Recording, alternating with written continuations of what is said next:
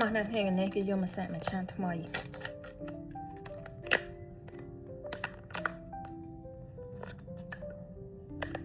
នេះរៀងពណ៌រៀងខុសពីមួយឆាមុនខ្ញុំបន្តិច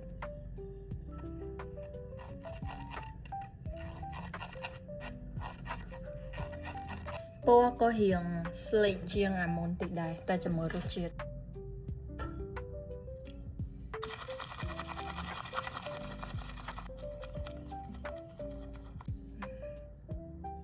វាយហើយអាចទទួលយកបាននេះណាខ្ញុំព្យាយាមវាយ microphone ប៉ុន្តែអត់សូវចេញទេវាអត់ទាន់ smooth ដូចគេអញ្ចឹងណា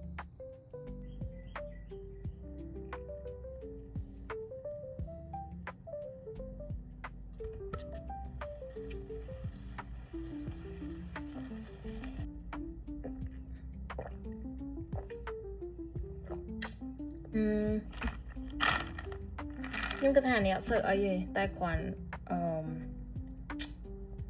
អានេះវាថោកជាចាស់ខ្ញុំម៉ាក់ដូចគ្នាប៉ុន្តែក្រេតខុសគ្នាអញ្ចឹងណាតែគាត់ថានេះអារបស់ខ្ញុំមុនរៀង smooth ជាង